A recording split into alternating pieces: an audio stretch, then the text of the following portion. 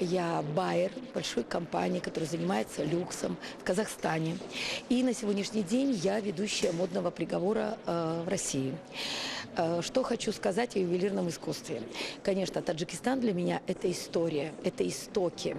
И все, что здесь связано с искусством, как украшение, как те же костюмы, для меня это настолько интересно, настолько я считаю, что важно сегодня. Поверьте, в модной индустрии сейчас этника имеет ведущую роль.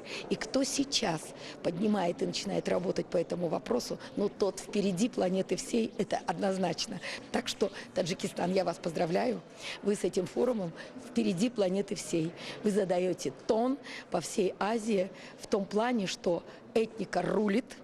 Мы впереди, и ювелирное искусство, как искусство в Таджикистане, это что-то совершенно особенное. Поэтому благодарю за положенное начало этнического искусства в мир. Я в полном восторге от того, что все я увидела здесь за вчерашний день. Это такая красота, это что-то совершенно чистое. Вы знаете, я вчера видела тюльпаны у дороги, которые у вас засажены прям таким ковром. И я поняла, это сюзанне на полу, которые вы плетете из живых растений. Так что искусство везде.